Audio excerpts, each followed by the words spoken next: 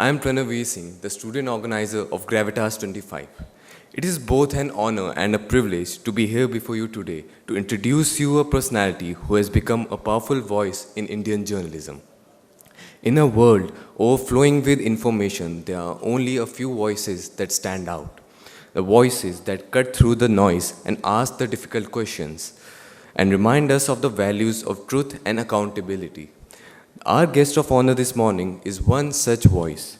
Shri.Anand Narasimhan has built an extraordinary career in broadcast journalism with over 2 decades of experience in newsroom that have shaped national debate. Before taking on his current role, he worked with Times Now as a senior editor, and since 2018, he has been a part of CNN News18, where he now serves as the managing editor. One of his most acclaimed contributions in his prime time show, The Right Stand, which became known for addressing people-centric stories and amplifying the concerns of the silent majority. His work has earned recognition not just in India, but across Asia. In fact, in 2021, he was awarded the Best Current Affairs Presenter at the prestigious Asian Television Awards. Ladies and gentlemen, let's put our hands together and give a big round of applause to our guest of honor, Shri.Anand Narasimhan. Thank you, Pranav, for that wonderful introduction. Ellorukkum vanakkam. Namaste. Jai Hind. How many of you here have contributed to organizing graVITas 2025? Can I see a show of hands? How many of you know somebody who's contributed towards organizing graVITas 2025? Right? How many of you are proud that it's getting off to such a good start and we got a full auditorium? All of us, right? So big round of applause to everybody. Thank you. And to everybody on the stage, my namaste to everybody. 41 years from VEC to VIT. This institution is a testament to putting your head down and doing your work. We are all part, including me today because I'm here for the first time. But I have friends. I have people who are alumnus from here, who are based in the US, who are based everywhere else. I have family who are aware of this institute and how prestigious this is. And they called me to say they are proud that I am going there as a guest of honor. So I said, I am proud that I am going to an institution that has strived to produce talent year after year. And it takes a lot. Do you know that there are 40,000 people, 40,000 students of you just in this Vellore campus? And across all the VIT campus, 100,000 students, 100,000 students whose careers are going to be shaped. But you know what you guys need to do? You guys need to figure out your purpose in life. Because this educational institution is only going to give you, equip you with perhaps knowledge and a degree. But what are you going to do with your lives? What is your contribution to society, to your community, to your country? Think about that. Do you know the fact, how many of you are engineering students here? Majority, right? Do you know what the word engineering means? The word finds mention in our scriptures more than 3,000 years ago. It's called a yantrakar. Somebody who builds a yantra, something which has got to do with a machine, something which is functional, something that helps society, changes society, something which is new, which is innovation. So this has been a concept. All of you are studying not to get a degree. All of you are studying to become creators, to do something new. Perhaps tomorrow your sweat and labor will be involved in building a new road if you're a civil engineer, a mechanical engineer, building a new machine, designing a new robot, writing up a new program that is going to power something unique. But what is your purpose is something you need to have clarity on. That's one. Secondly, what you're going to create is what you're going to create, what you wear, who you are today. Is it contributing to the environment or taking away? How many of you are aware with a net zero concept in sustainability? UN SDG goals, net zero. How many of you are worried about your own carbon footprints? How many of you check on the label and see a brand that contributes back, which is a net zero brand, which is a sustainable brand, brands that you don't need to rewash again and again, brands that you don't need to iron again and again? Hey, as students, if you get such brands, fantastic, right? You can wear the same jeans, same shirt, you don't need to wash it, you don't need to iron it. So those bills also come down. But it's sustainable, right? Are we thinking this? How many of you are thinking about this? See, show of hands are very few.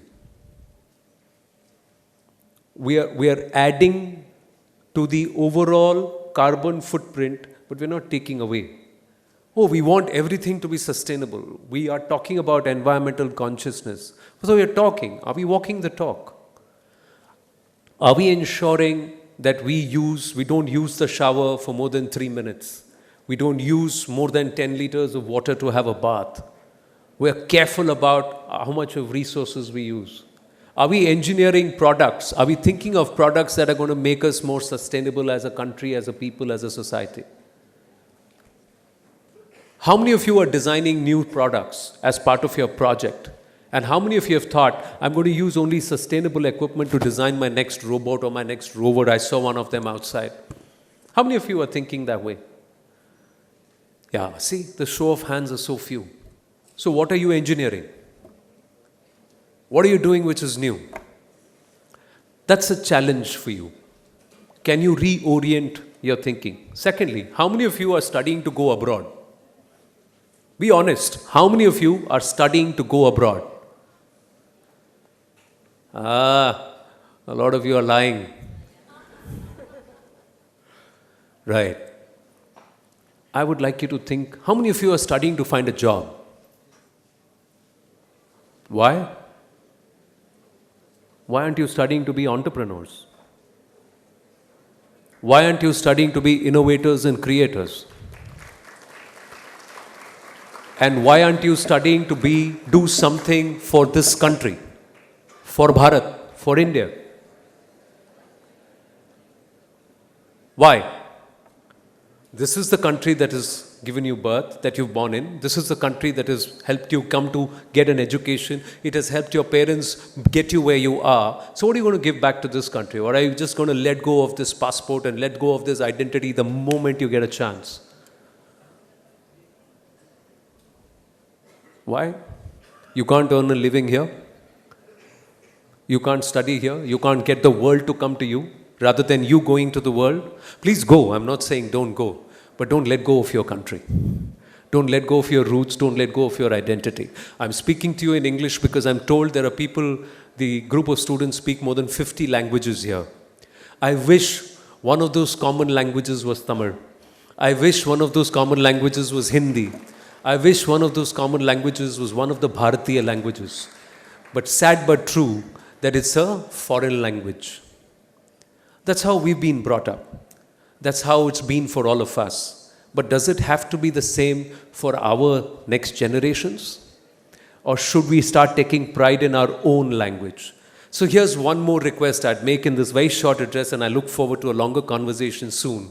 Along with making things which are sustainable, along with designing things and bringing sustainability into your core being, and along with bringing Bharatiyata, Indianness, the fact that we are part of one country, one amazing country which is perhaps the most free across the world, irrespective of what the reports say, and one strong, stable country where all of us, we may fight with each other, bicker with each other here and there, but when somebody else comes, then we are 105.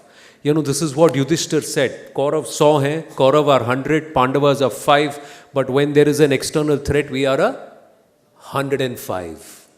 We are no longer fighting with each other, we are fighting against the outsider, the person who's trying to break us. I think we need to get that sense that we are one country. We don't have that, and love for our country. What are we going to give back to our country? I think that needs to power us as a nation. And more importantly, go back and learn your mother tongue. Learn your mother tongue. Read, write, and learn your mother tongue along with a universal language. So a language that allows you to communicate to the world and also a language that allows you to communicate with your roots, with our culture, our tradition, read our scriptures, understand, appreciate our ancient knowledge. Go to the Chidambaram temple, go to the Lotus temple in Delhi, look at the marvel. Go to the Brihadishwara temple, go to our ancient structures that are standing for more than 1500, 2000 years, but they are perfect in symmetry. How did they get that right? How did they get the geometric angles right? How did they get the elevation right? How did they get the artisanry right? How did they get the masonry right? It's all science. It's all science. How did they get it right?